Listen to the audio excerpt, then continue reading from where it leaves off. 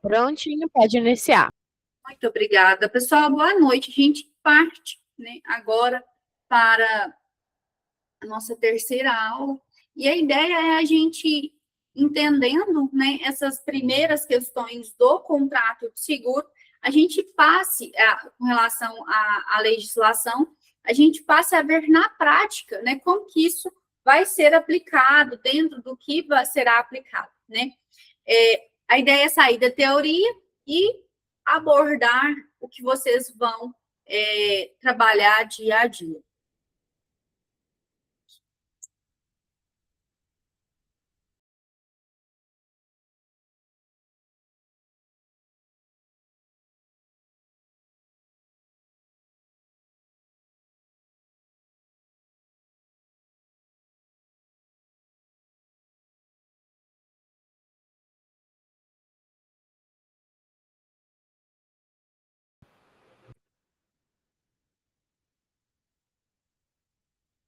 Desculpa, eu vou só.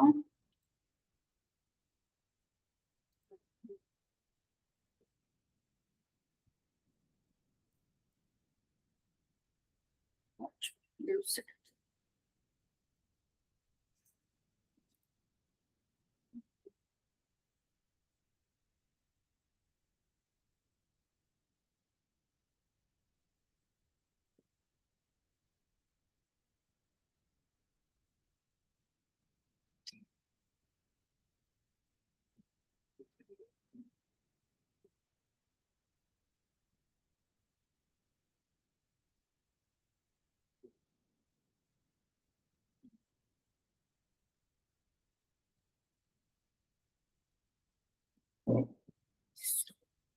E quando a gente começa, né, a falar do seguro como uma operação econômica em si, eu preciso entender que quando eu vou falar da atuação da legislação, o objetivo da legislação ele é fazer com que o direito, né, das pessoas, com que a atuação da empresa não ultrapasse ou não deixe, né, de ser cumprido, tá? E aí, o que acontece? Quando eu vou falar das práticas comerciais, eu falo de um conjunto, tá, de normas ou de uma forma de atuação do fornecedor ao disponibilizar determinado produto ou serviço no mercado. E aqui a gente está falando de um produto intangível. E o que eu entendo quando eu falo de um produto intangível? De um bem intangível. O Código Civil ele vai falar para a gente que algo tangível é algo que eu posso tocar, que existe uma matéria, tá? E vai ser objeto de direito. Por exemplo, a minha casa, ela é um bem tangível e ela tem respaldo do direito, né? Se alguém for lá e pichar a minha casa, eu posso entrar com uma ação contra essa pessoa por violar o meu bem, que é algo tangível. Ok, beleza. Quando eu falo do bem intangível, o seguro, ele será classificado como um bem intangível. Eu não vejo o seguro passeando por aí, tá? Mas é um produto que ele será contratado para proteger determinado produto. Mas eu não vejo, como eu disse, o produto caminhando sozinho por aí, tá? É assim como a minha personalidade. Quando a pessoa natural, né, ela nasce, ela adquire personalidade jurídica. E isso não é algo que eu não vou ver a Natália e a personalidade da Natália caminhando por aí. Por exemplo, se a Natália abre um CNPJ, uma pessoa jurídica, eu não vou ver a Natália CPF e o CNPJ passeando por aí, tá? Por quê? São bens intangíveis, mas apesar de não terem matéria, de não serem palpáveis, isso não quer dizer que eles não serão objeto de direito, tá? eles serão sim objeto de direito, e ao contratar um seguro, né, mesmo eu não vendo aquilo, a matéria daquilo que eu estou contratando, eu, se necessário for, vou poder reivindicar os meus direitos, tá? Quando deles eu precisar, quando eu tiver uma violação, ou quando eu tiver um sinistro, farei o uso, então, desse bem intangível, certo? Falando, né, do seguro como operação econômica, eu vou entender, então, que ele é um bem intangível, não tem matéria, mas vai ser tutelado. Existe um risco futuro incerto, e aí a gente entende que o objetivo é o consumidor, ele quer, digamos que, transferir esse risco, né, para alguém. E para isso, ele fará um pagamento para estar resguardado desse risco futuro incerto, tá? Ou seja, a promessa de proteção, né? Quando o consumidor ele vai buscar esse respaldo, essa proteção, é o que ele encontra quando ele vai atrás do seguro, é exatamente essa promessa de proteção e vai casando, então, dentro dessa relação, né? Porque quando eu falo de legislação, eu vou precisar entender que em todos os momentos eu terei relações jurídicas, tá? Sendo elas voluntárias ou involuntárias, tá? Aqui, então, nós temos uma relação jurídica, uma relação que vai impactar diretamente o mercado econômico. E a expectativa do consumidor que vai atrás dessa proteção, dessa seguridade do seu risco, certo? Falei para vocês que as práticas é um conjunto, né, de condutas na disponibilização do produto no mercado, né? Quando eu falo de mercado aqui, eu quero dizer o mercado financeiro em si, o mercado de seguros, tá? E uma das práticas é a oferta, né? A abordagem do corretor, simulação, renovação e pós-venda. Uma coisa que é importante a gente lembrar aqui, quando a gente fala das práticas comerciais, é que o corretor, né, se houver ali uma intenção, se houver ali um dolo, né, em passar uma informação incorreta, ele vai responder também, tá? O corretor de imóveis, o corretor de seguros, tá? O corretor de ativos, eles vão responder também. Mas é claro, né, gente? Eu vou precisar provar isso. A pessoa ela pode entrar contra a seguradora e contra o corretor, ou se caso a pessoa entrar contra a seguradora e for constatado que, por exemplo, o problema, né, o litígio se deu em razão única e exclusivamente da abordagem e da conduta do corretor, a empresa pode entrar ali com uma ação de regresso para ser ressarcida pelos danos que ela sofreu em razão da conduta dele, tá?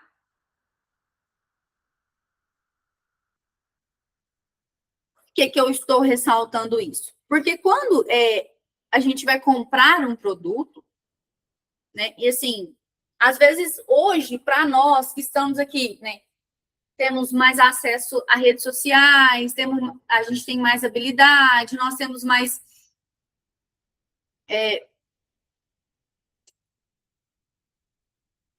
prática, né? É fácil, às vezes, a gente perceber ali uma conduta ou algo que está querendo desenhar demais. Por exemplo, o meu irmão comprou um carro e aconteceu um episódio de a pessoa na qual ele comprou o carro faleceu e ele comprou o carro para o cara quitar o carro e fazer a transferência em tantos dias, né? Beleza. Só que o cara, pelo que a gente entendeu, gastou o dinheiro e não quitou o carro. Ok, esse não é o problema. O problema é que um advogado entrou em contato com a família da pessoa que faleceu para fazer um serviço. Eles iriam contratar esse advogado para esse advogado quitar o carro. É um carro de um valor significativo, tem aí uns 60 mil para quitar. O cara prometendo que faria uma quitação por 15 mil reais e eles teriam que pagar para o advogado mais 6 mil reais. Só que esses 15 mil reais não seriam pagos direto para o banco, seriam pagos para o advogado. A hora que meu irmão me falou isso, eu falei, pode falar para esse pessoal parar agora. Por quê? Ele está querendo pegar dinheiro. Eu já conheço, né, esse tipo de conduta, porque eu sei que se houver uma negociação ou a revisional, o cliente não vai passar dinheiro para o advogado, o cliente vai pagar direto para o banco.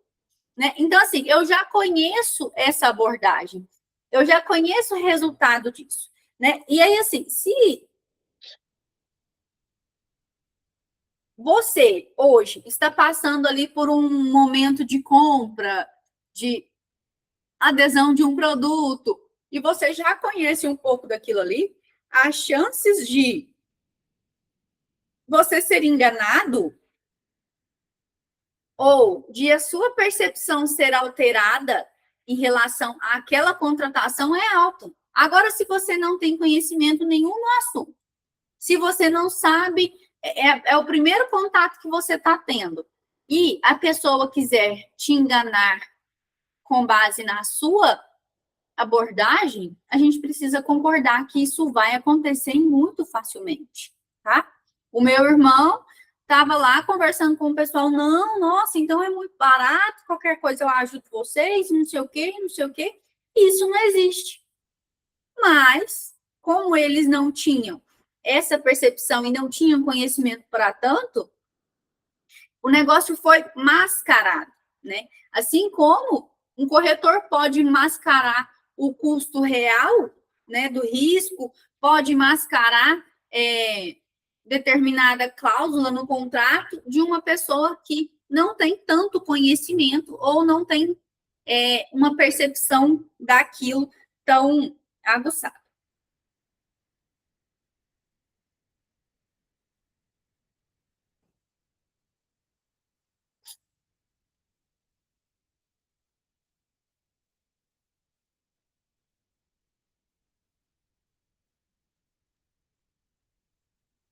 E quando a gente fala do mercado de seguros, uma das coisas que a gente vai mais bater em cima é com relação, né, à vulnerabilidade do consumidor, tá?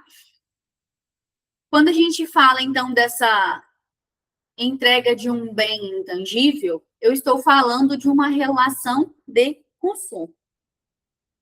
E isso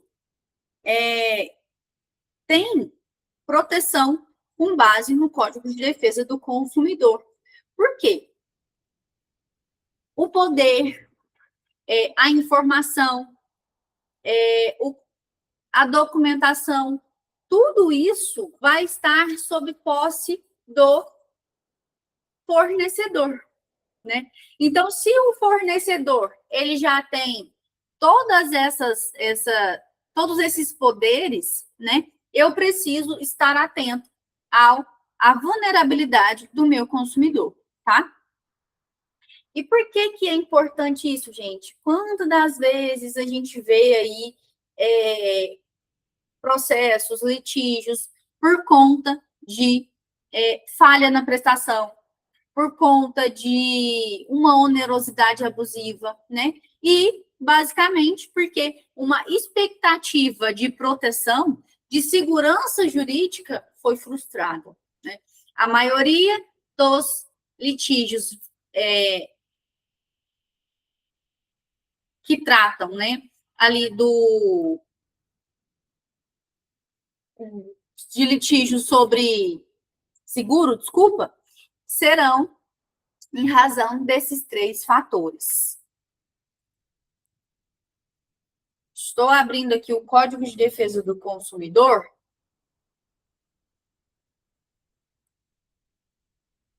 Que era para estar aberto, mas para a gente ler da oferta. Seção 3, artigo 30 do Código de Defesa do Consumidor. Toda informação ou publicidade suficientemente precisa, veiculada por qualquer forma ou meio de comunicação com relação a produtos e serviços oferecidos ou apresentados, obriga o fornecedor que a fizer veicular ou dela se utilizar e integra o contrato que vier a ser celebrado. Gente, quando a gente fala aqui da oferta, e é uma coisa muito importante a gente observar esse detalhe. Porque se eu vou, né, contratar um seguro de vamos falar, de uma máquina agrícola, e esse seguro chegou para mim ali a proposta de contratação e, por conta de um erro de digitação, o seguro que era para ser de 12 mil reais apareceu lá para mim, seguro, tá, gente? Apareceu lá para mim na proposta por 120 reais, tá? Ou seja, a proposta que seria de 12 mil me chegou por 120 reais apenas. Com isso, eu desesperadamente, quando eu me deparei com aquele valor, já sabendo que viria algo com valor extremamente acima, já quero contratar, não sei o quê, não sei o quê, não sei o quê. Neste caso, apesar de o Código de Defesa do Consumidor falar que a publicidade ou a informação que for veiculada, vincula e obriga o fornecedor, nestes casos, por exemplo, que eu falei para vocês aí de um seguro que seria 12 mil reais, chegou para mim lá uma proposta de 120 reais e eu corri, fechei e vou querer usar o Código de Defesa do Consumidor, vou falar, não, mas é direito meu, vocês vincularam a oferta, vocês têm que fazer esse valor para mim.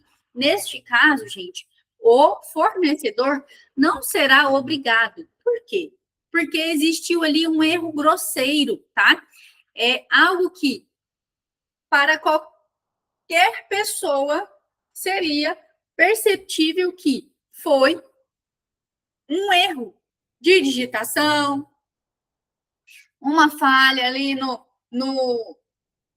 na hora que foi transferir o arquivo. Então, assim, é claro que se eu tiver ali algo que não vai lesar tanto o fornecedor, que não é o caso, né? Porque se é um seguro que seria 12 mil reais, aparece por 120, e eu quero me fazer valer do artigo 30 do Código de Defesa do Consumidor, falando que eles devem fazer, nesse caso eu não tenho respaldo, tá? Eu vou precisar entender que houve um erro grosseiro que não irá vincular a empresa e fazer com que ela seja obrigada a fazer o valor de 120 reais para mim, tá? Mas não sendo este o caso, não sendo o caso de erro grosseiro, né, ou algo que é perceptível para qualquer pessoa, a empresa será vinculada àquela oferta que ela fez, tá? Vamos falar de um tipo de uma oferta ali, uma publicidade, uma informação que iria obrigar, né, o fornecedor. E eu vou explicar para vocês posteriormente por quê. Imagina que eu faço uma contratação de cobertura ampla contra incêndio aqui para o meu escritório. Certo? Fiz uma contratação. Se eu tiver um problema decorrente de um curto, né, um problema elétrico, e de repente, na hora que eu for fazer o uso lá da minha cobertura, eu me deparar com uma cláusula falando que, em caso de falha elétrica, eu não estaria segurada. Neste caso, né, eu vou vincular o fornecedor a uma oferta, a uma publicidade, uma informação que foi insuficiente, que foi veiculada, ou até não precisa nem eu me deparar com isso escrito. Porque isso vai acontecer e a gente vê mais para frente que isso é proibido, né? Quando o fornecedor, ele simplesmente ele quer trazer para você algo que não é possível, né? Algo que não existe, ou de repente ele traz uma informação nova, tá? Neste caso, o fornecedor será sim responsável pela minha cobertura. Ai, Natália, mas agora ele falou que não, incêndio só se tivesse outras causas, não em razão do curto-circuito. Mas não faz sentido, porque eu estando morando dentro da cidade, se eu vou contratar um seguro contra incêndio, consequentemente, as formas de ter um incêndio hoje, a não ser criminoso, seria através de um curto-circuito, tá? Então, a oferta ela vai vincular o fornecedor, mas existem alguns casos em que isso não vai acontecer, como eu falei para vocês, tá? Precisa existir uma proposta formal, proposta essa que terá validade, tá? E é preciso tomar muito cuidado com propostas via e-mail, WhatsApp e material publicitário com relação a envio de informações. A estrutura da oferta, né, é basicamente, eu vou entender o risco, a delimitação do risco, vou definir quais são as minhas coberturas, valor de franquia, exclusões e vigência. Isso daqui, basicamente, né, vai constar na minha apólice e na minha proposta de contratação, certo? Da publicidade dentro do seguro. Artigo 36 a 39 do Código de Defesa do Consumidor.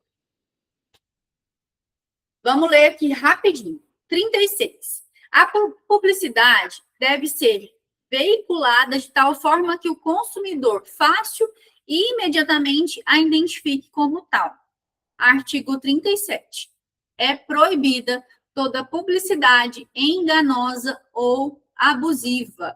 E aí a gente vai ver que também a gente tem a classificação daquela publicidade omissiva, que foi também o caso que eu falei para vocês.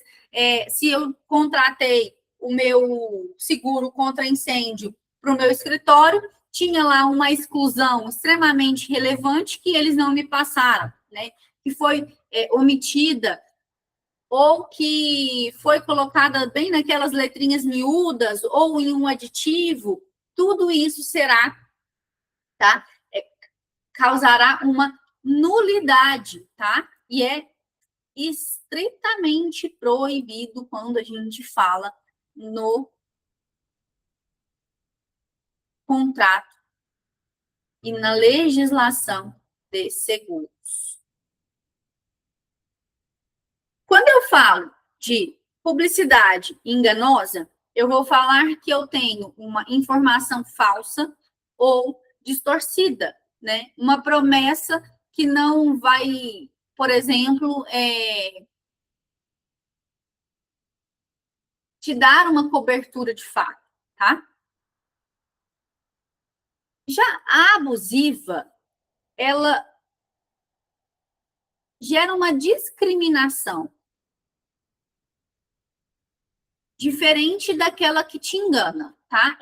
A que te engana, ela vai ser, digamos, ela vai ter um teor falso. Agora, a publicidade abusiva, ela vai ferir, digamos assim, determinada área, por exemplo, da sua vida, ou ela vai incitar a violência, né? Tudo isso vai precisar ser caracterizado para que a gente tenha uma publicidade abusiva. Quando eu tenho uma publicidade abusiva no contrato de seguro, quando eu tenho venda casada, quando eu tenho renovação automática sem aviso claro, o que também não é mais permitido pela nova legislação, quando eu tenho uma imposição de uma seguradora específica ou de um único prestador de serviço específico, né? E também a negativa da cobertura sem um justo motivo. Isso também vai se dar como algo, como uma publicidade, como uma atuação abusiva dentro do contrato de seguro, certo? Quando que eu tenho ali, às vezes, por exemplo, não, eu, mulher, menos de 30 anos, resolvo fazer um seguro para o meu carro e sou solteira, moro. Onde eu moro? Moro em Belo Horizonte e eu gosto muito de passear. E aí eles resolvem fazer, então, não queremos, né, conceder para ela, porque o corretor que está amigo do que está me vendendo me conhece e falou que eu sou poeira, que eu gosto de passear à noite, não sei o quê, ou que, sei lá, que eu sou mal pagadora, né? Essas condutas serão abusivas. Eu vou precisar, né, justificar de forma clara o porquê dessa negativa.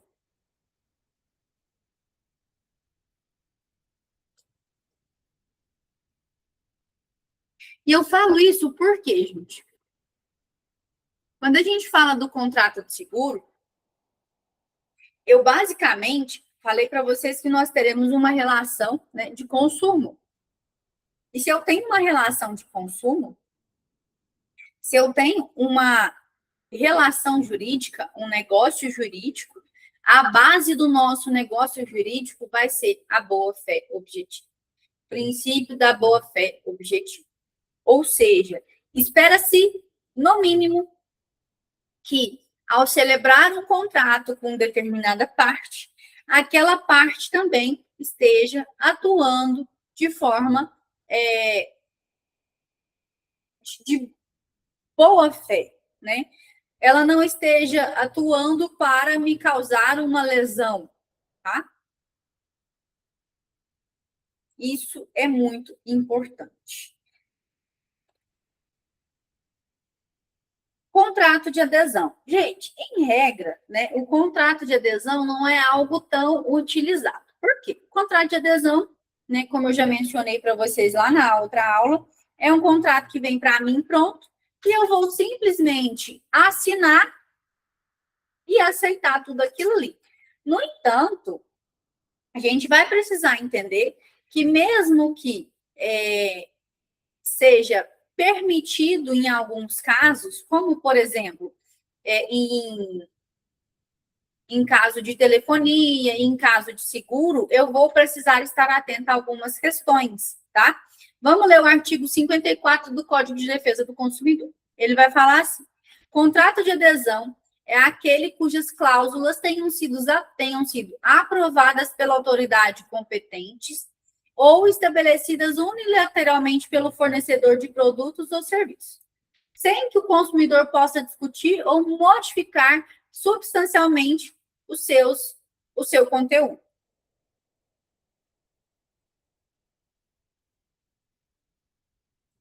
Certo. E aí, o que falou aqui para a gente? É um contrato padrão, tá? apesar de ser padrão, não é para todas as atividades que ele é inválido, certo? Mas, como eu comentei com vocês, eu vou precisar observar e obedecer a alguns princípios. E o primeiro princípio que a gente vai abordar quando a gente fala de um contrato de adesão é que eu preciso contar com a boa fé da outra parte, tá? Eu vou esperar que esse contrato ele cumpra a função social do contrato. E além disso, né, apesar de ser um contrato unilateral criado pelo fornecedor e o contratante ele só vai anuir aquela contratação, ele só vai aceitar aquela contratação, eu não posso, né, fazer algo que onere tanto o meu segurado, tá? Por quê, gente? Quando eu tenho cláusulas que vai trazer essa onerosidade excessiva, eu tenho as cláusulas abusivas, tá? Que são basicamente cláusulas que vão ferir algum direito, que vai exercer, que vai trazer desequilíbrio, né, para o contrato, que vai gerar custos elevados para o consumidor, que vai fazer com que ele tenha que cumprir algo impossível, tá?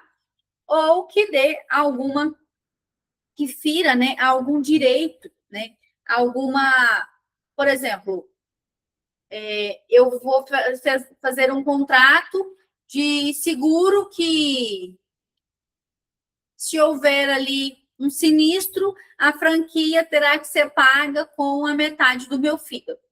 Exemplo, tá, gente? Claro. Isso é algo que vai ferir a minha dignidade, tá? Então, ela vai ser automaticamente nula, tá?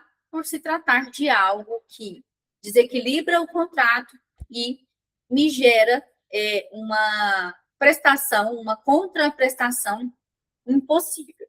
Artigo 51 do Código de Defesa do Consumidor vai dizer o seguinte: são nulas de pleno direito, entre outras, as cláusulas contratuais relativas ao fornecimento de produtos e serviços que, inciso 1º, impossibilitem, exonerem ou atenuem a responsabilidade do fornecedor por vícios de qualquer natureza dos produtos e serviços ou impliquem renúncia ou disposição de direitos.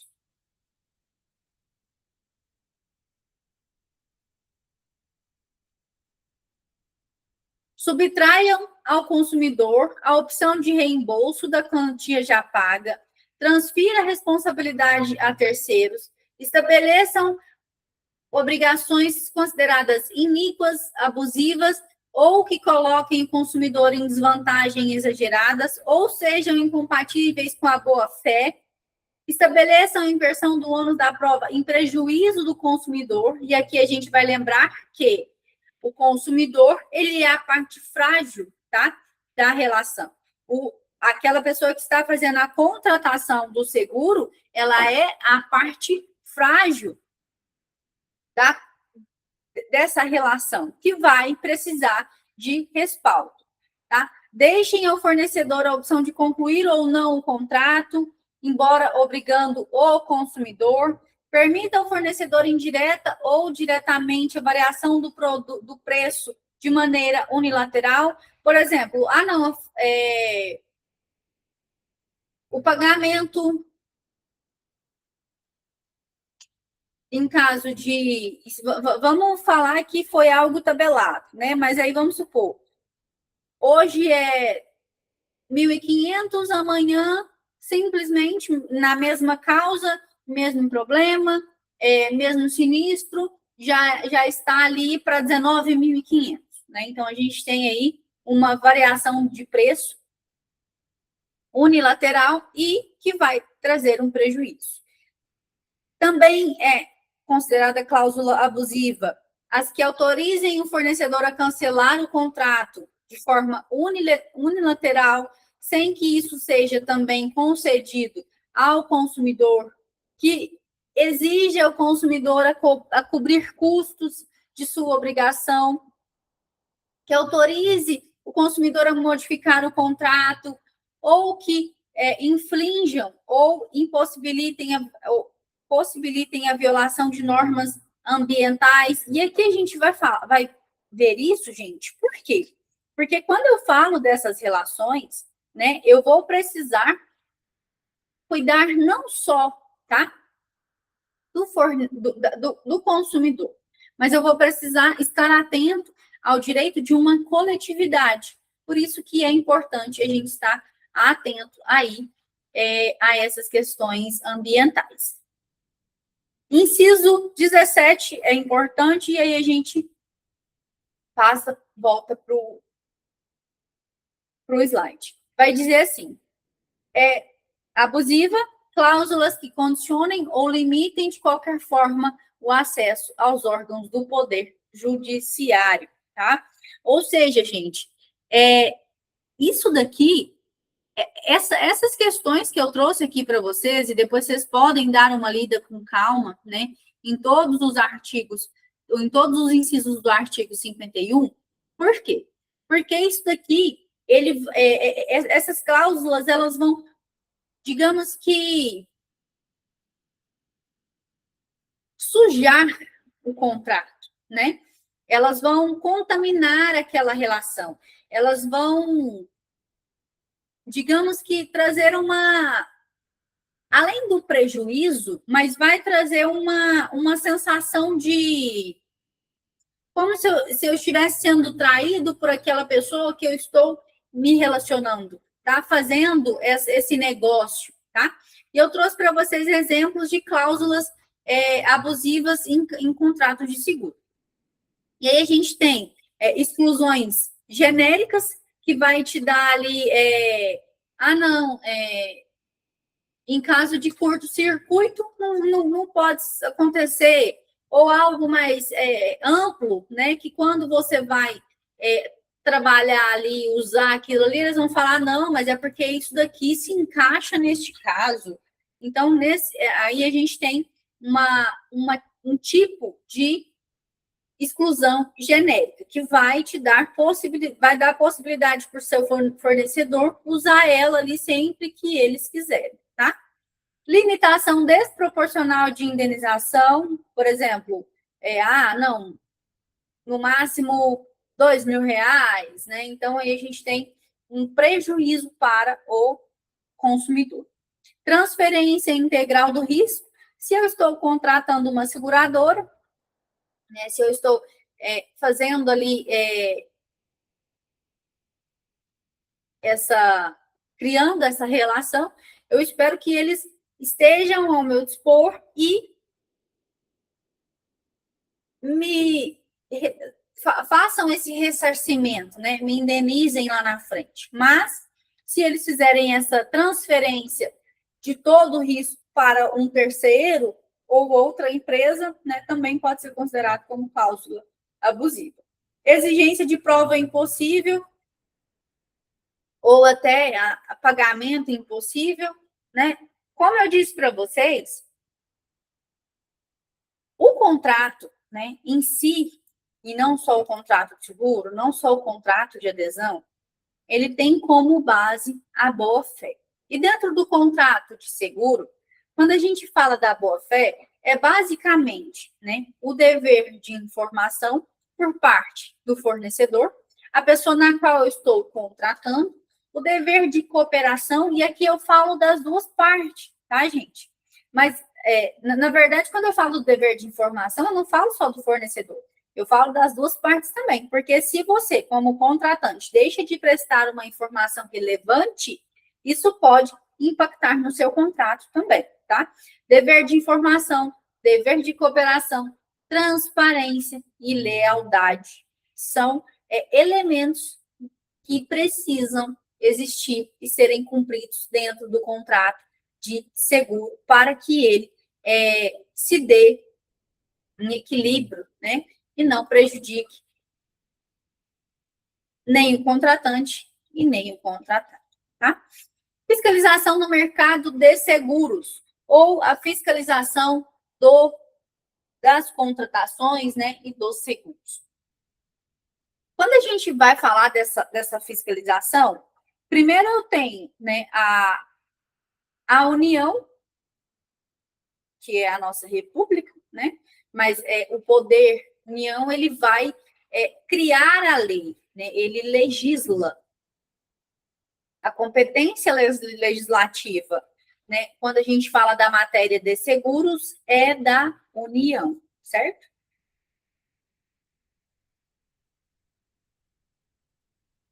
Depois, eu vou ter as duas agências, tá? Que uma vai regular e a outra vai fiscalizar e fazer ali o poder de polícia. Quando eu falo de poder de polícia, eu estou falando de ações de execução, de discricionariedade e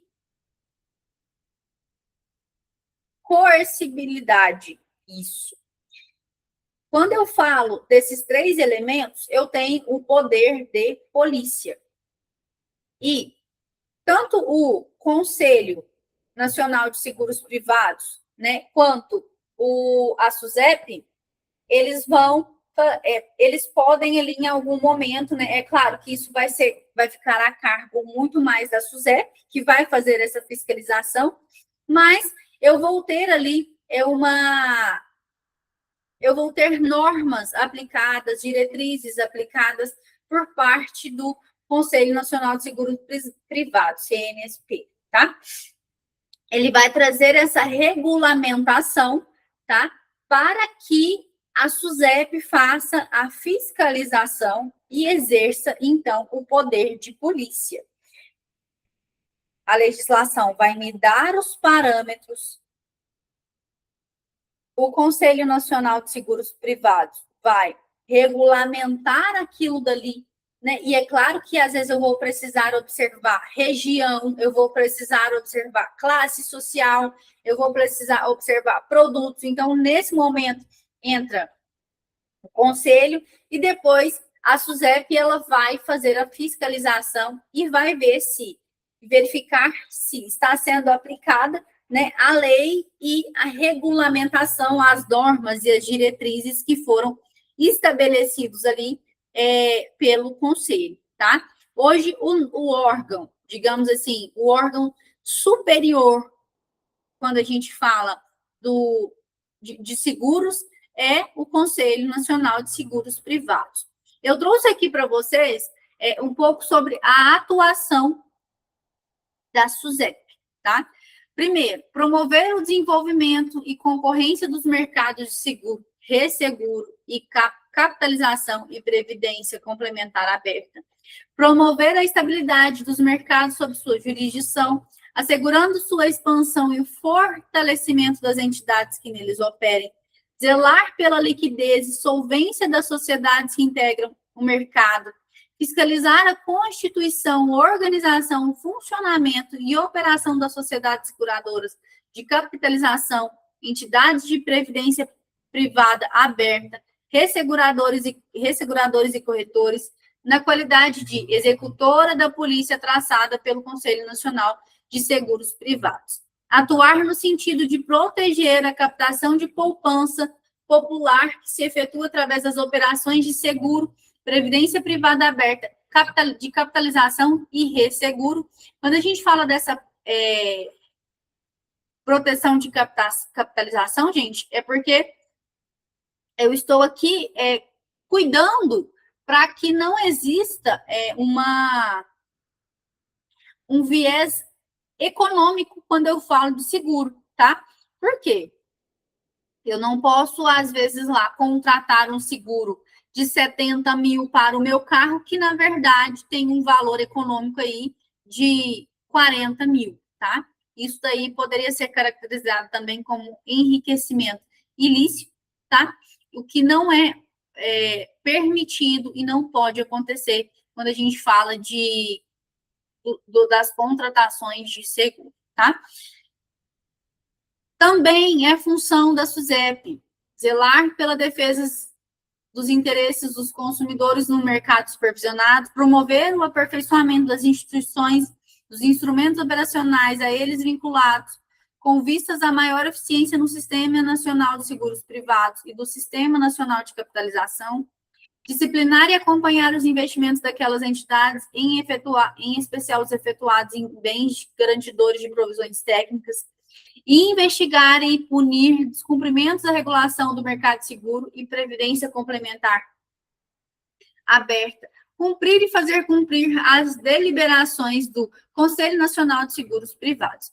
E aí, gente, eu falei para vocês que aqui a gente tem um poder de polícia. E o que é isso? Quando eu coloco uma faculdade de atuação, tá? E isso quer dizer o quê? Quando eu tiver um descumprimento, né, dessas normas, dessas diretrizes, caso fique constatado, caso a SUSEP verifique isso, a SUSEP ela tem autonomia, tá? Para fechar estabelecimento, para multar seguradora, para apreender, sei lá, determinada mercadoria, né? Então, assim, tudo isso está dentro da competência, tá? De uma faculdade, na verdade, da SUSEP, porque ela exerce o poder de polícia, tá? Isso lhe garante uma determinada autonomia. Do foro para ações de seguro. Quando eu falo de foro, basicamente, eu estou falando de onde e como eu vou entrar com uma ação ou protocolar um processo, né? Se assim vocês preferirem. Em regra, tá? Quando eu falo de ações de seguro, em regra, será competente o domicílio do segurado, da pessoa que fez a contratação. Ai, Natália, mas a pessoa que contratou mora em São Gonçalo do Abaeté.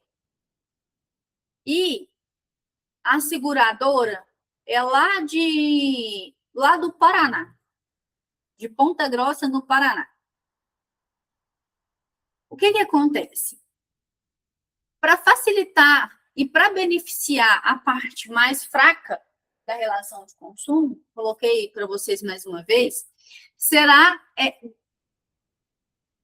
disponibilizado para ela que ela decida se ela vai ajuizar essa ação no local onde ela mora, se ela vai entrar com essa ação lá no local onde é domiciliada a seguradora, ou se ela vai entrar com essa ação aonde ocorreu o sinistro. E por que disso, né? Porque se eu coloco uma obrigatoriedade na lei falando que, caso exista, né, ali um litígio falando sobre seguro, será sempre o domicílio do fornecedor,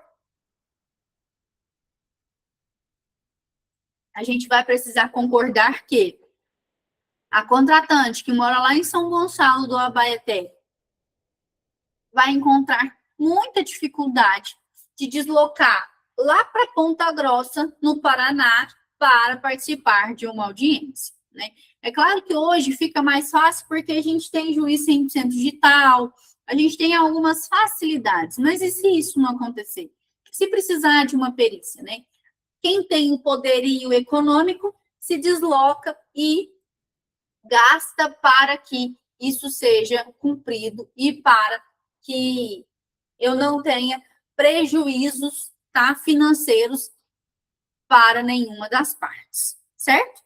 Então, se eu for entrar com uma ação, né, em caso de um problema no contrato ou no caso de um sinistro, eu irei protocolar preferencialmente esse processo lá no domicílio em que eu moro, certo?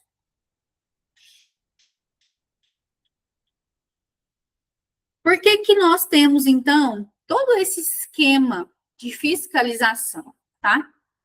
Porque quando eu tenho um contrato que gera equilíbrio, quando eu tenho um contrato que cumpre a função social, que está atento à boa-fé objetiva, que cuida dos interesses, né, coletivos, eu tenho um mercado forte. A gente vai lembrar, inclusive, lá daquele sisteminha, né, do mercado, quando a gente fala lá de economia, tá? Isso gera tranquilidade, isso gera confiança, isso melhora o trabalho dos fornecedores, isso faz com que as pessoas contratem mais, porque não é só que as pessoas não contratam seguros porque elas não querem, não é só porque, não, eu nunca vou usar. A questão é que, às vezes, quando a gente vai lá e contrata um seguro, quando acontece de eu precisar usar, pode ser que ele não esteja disponível para mim. Cria-se um monte de problemas, eu não consigo, né, fazer uso, reivindicar aquele direito intangível que eu paguei lá atrás por isso. Então, isso gera uma instabilidade, né? Gera falha, gera lacuna, gera problemas. E, sinceramente, quando a gente vai falar, se a gente for observar, né, os litígios aí com relação ao sistema, né, a contratação de seguros, eu observo que eu tenho muito mais problemas com relação à estrutura do contrato, cláusulas abusivas, onerosidade excessiva, omissão na hora da contratação que não foi passada pelo corretor, que deixou ali algo amplo, genérico, e na hora que a pessoa vai usar, ela não consegue fazer uso. São esses problemas, eles acontecem mais vezes do que um problema de sinistro, né? Do que quando a gente vai falar de uma responsabilidade. Eu bati no carro da fulana, mas aí eu estou falando que não fui eu que estava errado, foi a ciclana, então eu não posso pagar, quem paga é a outra. Né? Os problemas são mais com base no início da relação do que nessa parte final, ou na resolução, tá, dessa relação. E uma coisa muito importante, gente, quando a gente fala do contrato de adesão, por mais que eu tenha um contrato de adesão, eu também vou poder pedir a resolução de um contrato de adesão, tá? E o que é isso? A resolução contratual ou a cláusula resolutiva, ela é um mecanismo que vai prever o encerramento automático do contrato, tá? Ou o encerramento mais ágil, tá?